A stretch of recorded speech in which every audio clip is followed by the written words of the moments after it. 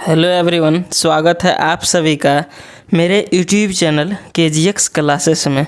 दोस्त, डेली की तरह आज भी मैं इंग्लिश का एक शॉर्ट स्टोरी लाया हूँ, जिसके माध्यम से हम लोग इंग्लिश के ग्रामर्स रूल सीखेंगे, वोकैब सीखेंगे, इंग्लिश प्रोनाउंसिएशन सीखेंगे तथा इंग्लिश सेंटेंस का हिंदी में अनुवाद अच्छे से सीखेंगे। आज की जो स्टोरी है वो बहुत ही इंटरेस्टिंग स्टोरी है। इसे सुनकर आप सभी को मज़ा आएगा। इसमें आपको इंग्लिश के नए नए वर्ड्स मिलेंगे, नए नए स्ट्रक्चर्स मिलेंगे, तो इसे आप कॉपी में ज़रूर नोट कीजिएगा, है ना। तो चलिए हम लोग देखते हैं। और हाँ, आपने अभी तक मेरे चैनल को सब्सक्राइब नहीं किया है तो प्लीज़ मेरे चैनल को सब्सक्राइब कीजिए, वीडियो को लाइक कीजिए, वीडियो को दोस्तों के साथ शेयर कीजिए। मैं इसी प्रकार से डेली एक इंटरेस्टिंग स्टोरी, एक मॉरल स्टोरी लाता हूँ और आप सभी को इंग्लिश सिखाने की, इंग्लिश का डर भगाने की प्रयास करता हूँ, है ना। तो चलिए हम लोग देखेंगे। सबसे पहले देखते हैं हम लोग स्टोरी की हेडिंग, है ना। हेडिंग क्या है? हेडिंग है द डंकीज शैडो। क्या है? The donkey's shadow. देखिए, शैडो मतलब क्या होता है? शैडो मतलब होता है छाया, है ना। शैडो मतलब क्या होता है? शैडो मतलब होता है छाया। और डंकी मतलब होता है गधा। डंकीज लगा हुआ है, देखिए अपॉस्ट्रोफी एस लगा हुआ है ना। तो हम लोग जब भी नाउन में अपॉस्ट्रोफी एस लगा होता है तो उसका हिंदी होता है का, के, की। तो डंकी मतलब होता है गधा और अपॉस्ट्रोफी एस लगा है तो क्या हो जाएगा? गधे, गधे की। और इधर शैडो, शैडो मतलब छाया। तो पूरे सेंटेंस में, पूरे हेडिंग का क्या हिंदी होगा? गधे की छाया, है ना। चलिए हम लोग स्टोरी को रीडिंग करते हैं। Once upon a time there was a man who sometimes used to give his donkey one rent। देखिए, हम पूरा एक सेंटेंस पढ़े हैं, है ना। Once upon a time, once upon a time एक फ्रेज है। इसका मतलब होता है एक समय की बात है ना। तो इसका क्या हिंदी होगा? एक समय की बात है। देयर वाज अ मैन, एक आदमी था। देखिए, देयर मतलब होता है वहाँ, पर देयर का अर्थ यहाँ कोई नहीं निकलेगा, क्योंकि देयर जो आया है वो फॉल्स सब्जेक्ट के जगह आया है। जब भी सेंटेंस में सब्जेक्ट नहीं होता है तो फॉल्स सब्जेक्ट के जगह देयर हम लोग यूज कर सकते हैं, है ना। जैसे एक राजा है, इसको हम लोग कैसे बनाते हैं? There is a king. उसी प्रकार से एक आदमी था लगा हुआ है, था मतलब पास्ट, इसीलिए वाज आया है। तो देयर वाज अ मैन मतलब एक आदमी था। हु मतलब जो, समटाइम्स कभी कभी, यूज टू गिव मतलब देखिए यूज टू सेंटेंस में आता है तो ये रेगुलर वाला, कहने का मतलब ये जो रेगुलर काम होता है उसके लिए यूज का प्रयोग किया जाता है ना, यूज टू का। तो क्या है? समटाइम्स कभी कभी, यूज टू मतलब यूज टू गिव मतलब दिया करता था, दिया करता था। हिज डंकी अपने गधे को वन रेंट मतलब क्या चीज़? भाड़े पर। कभी कभी एक आदमी था जो कभी कभी अपने घोड़े को, हिज डंकीज मतलब क्या होगा? अपने घोड़े को रेंट पर मतलब किराया पर दिया करता था। रेंट मतलब क्या होगा? रेंट मतलब होता है किराया, रेंट मतलब किराया, है ना। और समटाइम्स मतलब कभी कभी, कभी कभी, है ना। तो देखते हैं फिर आगे हम लोग। वन डे, वन डे मतलब एक दिन। A man asked him. देखिए, आस्क मतलब होता है पूछना, आस्क्ड जो है सो वर्ब की सेकंड फॉर्म है। देखिए, जब भी हमको इंग्लिश सेंटेंस का हिंदी करना होता है तो सबसे पहले हम वर्ब को ढूंढते हैं। क्या चीज़? सेंटेंस में वर्ब को। देखिए, इसमें वर्ब क्या है? इसमें है आस्क्ड, आस्क्ड जो है सो वर्ब है ना। और वर्ब का कौन सा फॉर्म है? वर्ब का सेकंड फॉर्म है। हम वर्ब के फॉर्म से ही हम पता करते हैं ये कौन सा टेंस में है, इसका हिंदी कैसा होगा। देखिए, अ मैन जो है सो सब्जेक्ट है, अ मैन सब्जेक्ट है, ये वर्ब है और ये ऑब्जेक्ट है। तो हम वर्ब को देखते हैं। देखिए, सब्जेक्ट के बाद क्या आया है? वर्ब का सेकंड फॉर्म। तो हमको पता है, हम लोग जानते हैं, जब भी सेंटेंस में सब्जेक्ट के बाद वर्ब की सेकंड फॉर्म आता है तो वो होता है सिंपल पास्ट टेंस में। किस में होता है? सिंपल पास्ट टेंस में। उसका हम लोग हिंदी करते हैं या, ये, ई, या फिर ता, था, ते, थे, तिथि में, है ना। तो देखते हैं। अ मैन आस्क्ड हिम, एक आदमी ने पूछा। क्या किया? आस्क मतलब होता है पूछना, तो आस्क्ड जो है सो मतलब पूछा, उसको पूछा। एक आदमी ने उसको पूछा, can I hire your donkey for a day. देखिए हायर मतलब होता है भाड़े पर लेना, है ना। हायर मतलब होता है किराए पर लेना। देखिए किराए पर लेना, है ना। तो देखिए क्या है, can I hire our donkey for a day. For a day मतलब एक दिन के लिए। देखिए जब भी सेंटेंस एक्सिलरी वर्ब या फिर WH वर्ड से शुरू होता है वो इंट्रोगेटिव सेंटेंस होता है। कौन सा सेंटेंस होता है?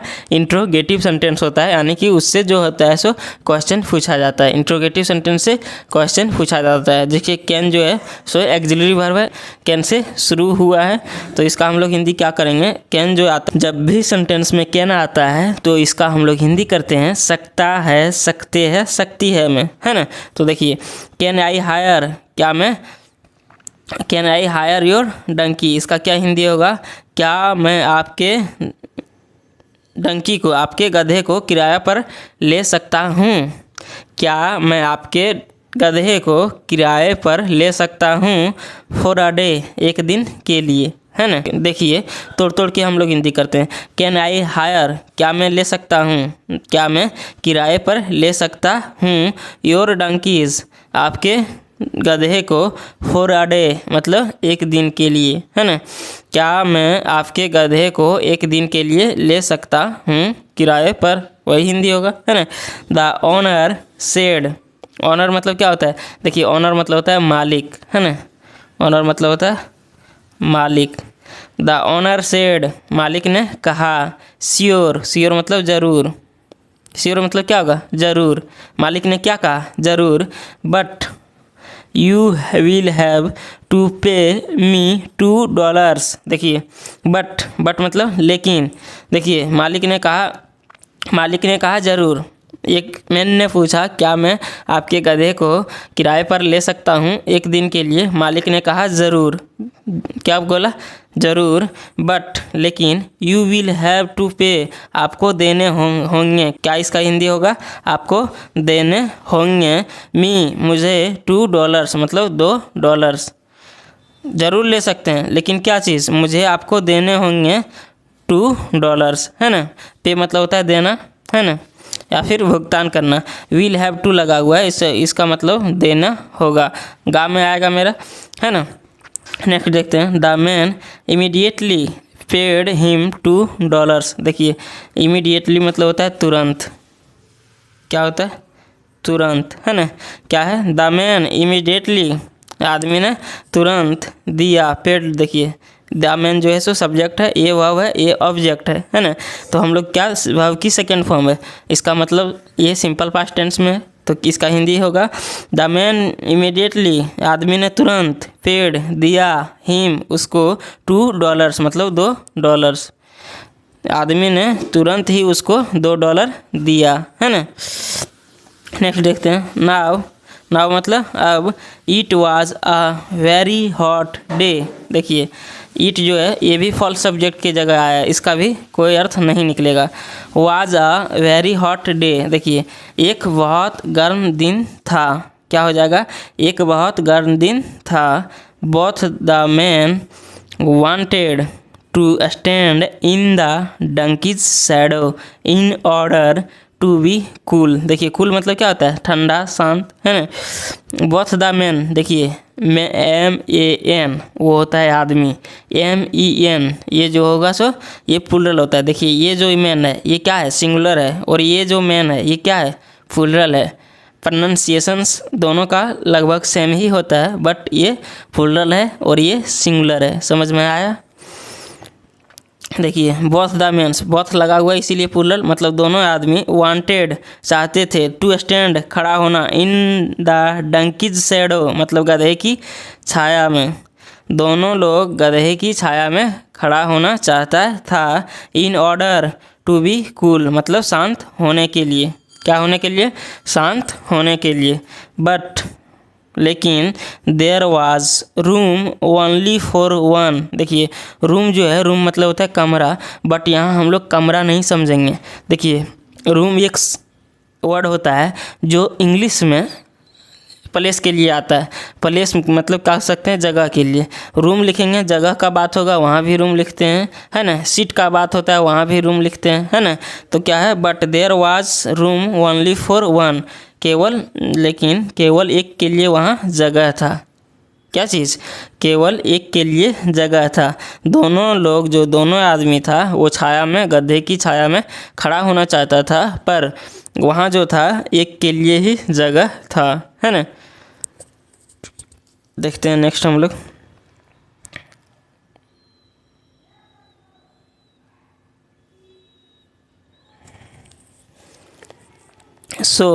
इसलिए मतलब क्या होगा, इसलिए they started pushing each other. देखिए ईच अदर मतलब होता है एक दूसरे को, है ना।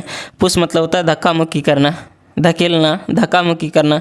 और स्टार्टेड जो आया है, स्टार्टेड आप ध्यान रखिएगा, स्टार्टेड के बाद जब भी वर्ब आता है, स्टार्टेड के बाद जब भी वर्ब आता है तो वर्ब का फोर्थ फॉर्म ही आएगा। क्या आएगा, वर्ब का फोर्थ फॉर्म ही आएगा, है ना। दे स्टार्टेड, वे लोग करने लगे, पुशिंग धक्का मुक्की, ईच अदर मतलब एक दूसरे के साथ। कौन लोग, दोनों आदमी ने, एक जो मालिक था और एक जो हायर पर लिया था, मतलब किराए पर जो गधे को लिया था, दोनों ने क्या करने लगा, आपस में धक्का मुक्की करने लगा, है ना। द मैन सेड, आदमी ने कहा, क्या किया, द मैन सेड, आदमी ने कहा, गो अवे मतलब होता है दूर, गो मतलब चले जाओ, अवे दूर चले जाओ, यहाँ से भाग जाओ। I have hired the donkey. देखिए यहाँ भाव क्या है, सबसे पहले हम भाव ढूंढेंगे। दूसरा सेंटेंस आया है, दूसरा टेंस का आया है, तो देखिए भाव क्या है, हैव हायर्ड। हायर मतलब होता है किराए पर लेना, हैव लगा हुआ पहले, है ना। ये हैव जो है सो हेल्पिंग वर्ब है और हायर्ड जो है सो मेन वर्ब है ना। तो I have hired the donkey. देखिए जब भी आपको सेंटेंस में सब्जेक्ट के बाद, सब्जेक्ट यहाँ मेरा क्या है, आई है, सब्जेक्ट जो है सो आई है। जब भी सेंटेंस में हम लोग देखेंगे सब्जेक्ट के बाद हैज़ या फिर हैव, उसके बाद वर्ब का थर्ड फॉर्म आता है। वर्ब का कौन सा फॉर्म, थर्ड फॉर्म। तो इसका हम लोग हिंदी करते हैं, चुका है, चुकिए है, चुकी है, या फिर या है, ये है, ई है ना, उसमें करते हैं। देखिए आई हैव हायर्ड, मैंने किराए पर लिया है। देखिए या है किए ना, मैंने किराए पर लिया है द डंकी, गधे को। गो अवे मतलब चले जाओ, भाग जाओ, दूर चले जाओ। आई हैव हायर्ड मैंने लिया है द डंकी, डंकी को किराए पर, है ना। The owner said, the owner मतलब मालिक ने कहा, से मतलब होता है कहना, सेड जो है सो वर्ब की सेकंड फॉर्म है, ये सिंपल पास्ट टेंस में है ना। You have hired the donkey but not his shadow. देखिए मालिक ने कहा यू हैव हायर्ड, आपने लिया है किराए पर, द डंकी मतलब गधे को, बट लेकिन नॉट हिज शैडो, लेकिन इसका छाया नहीं।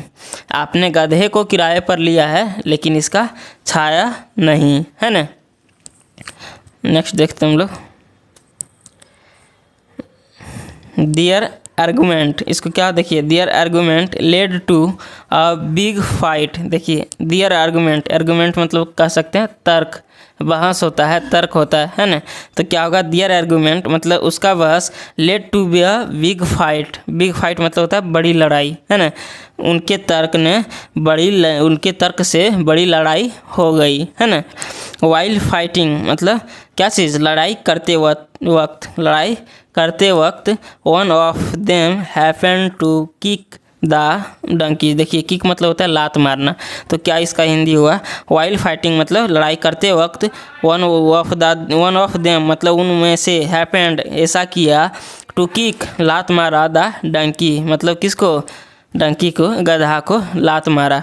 The poor donkey got alarmed. देखिए गॉट अलार्म मतलब होता है घबरा जाना, है ना। गॉट अलार्म मतलब क्या होता है, घबरा जाना। तो द पुअर डंकी मतलब बेचारा गधा, गॉट अलार्म्ड मतलब घबरा गया, है ना। He immediately scampered away leaving the two men red faced. देखिए ही इमीडिएटली, वह तुरंत ही, स्कैम्पर्ड अवे मतलब भाग गए, लिविंग छोड़कर, the two men red faced मतलब दो शर्मसार व्यक्ति को, शर्मसार व्यक्ति को छोड़कर, रेड फेस मतलब क्या होगा, टू मैन रेड फेस मतलब दो शर्मसार व्यक्ति को छोड़कर भाग गए, है ना। नाउ मतलब अब, there was no donkeys and no shadow, क्या है, there was no donkey and no shadow. देखिए नो यहाँ आया है, यहाँ नॉट भी आ सकता था, बट एक रूल है कि जब भी हम देयर वाला सेंटेंस बनाते हैं देयर से, तो उसमें नॉट हम लोग नहीं लगाते हैं, उसमें क्या लगाते हैं, नो लगाते हैं। जब भी देयर वाला सेंटेंस होता है, देयर को हम सब्जेक्ट की जगह रखते हैं, तो उस समय हम लोग नॉट नहीं लगाते हैं, वहाँ नो लगाते हैं, है ना। ये एक ग्रामर्स रूल है ना। देयर वाज नो डंकीज मतलब कोई डंकी नहीं था, एंड नो शैडो और छाया भी नहीं थी। Both the man regretted fighting. देखिए बोथ द मैन मतलब दोनों व्यक्ति को क्या हुआ, लड़ाई का पछतावा हुआ। रिग्रेट मतलब क्या होता है, पछतावा करना। दोनों व्यक्ति को लड़ाई का पछतावा हुआ, है ना। अब हम लोग देखते हैं इसका मॉरल। मॉरल मतलब क्या होता है, मॉरल मतलब शिक्षा। इस कहानी को देखने के बाद हम लोगों को इस कहानी से क्या शिक्षा मिला, है ना, वो हम लोग देखते हैं। देखिए fighting leads to bad results. देखिए रिजल्ट्स मतलब क्या होता है, परिणाम। फाइटिंग मतलब लड़ाई, तो क्या होगा, लड़ाई झगड़े का परिणाम बुरा होता है। क्या चीज़, लड़ाई, इस पूरे सेंटेंस का हिंदी होगा, लड़ाई झगड़े का परिणाम बुरा होता है ना।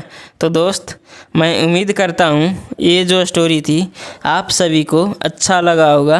यदि ये स्टोरी अच्छा लगा होगा तो प्लीज़ मेरे चैनल को सब्सक्राइब कीजिए, वीडियो को लाइक कीजिए, वीडियो को दोस्तों के साथ शेयर कीजिए। मैं इसी प्रकार से डेली एक इंटरेस्टिंग स्टोरी, एक मॉरल स्टोरी लाता रहूँगा और आप सभी को इंग्लिश सिखाने की, इंग्लिश का डर भगाने की प्रयास करता रहूँगा। आपको इस स्टोरी का PDF चाहिए तो मेरे टेलीग्राम चैनल पर ज्वाइन होइए। मैं टेलीग्राम चैनल का लिंक डिस्क्रिप्शन में डाल दूंगा, वहां से आप ज्वाइन हो सकते हैं। या फिर टेलीग्राम में जाके सर्च कीजिए KGX क्लासेस, आप वहां से ज्वाइन होइए। मैं इसका PDF वहां प्रोवाइड कर दूंगा, है ना। तो वहाँ से आप इसका PDF देख सकते हैं, है ना।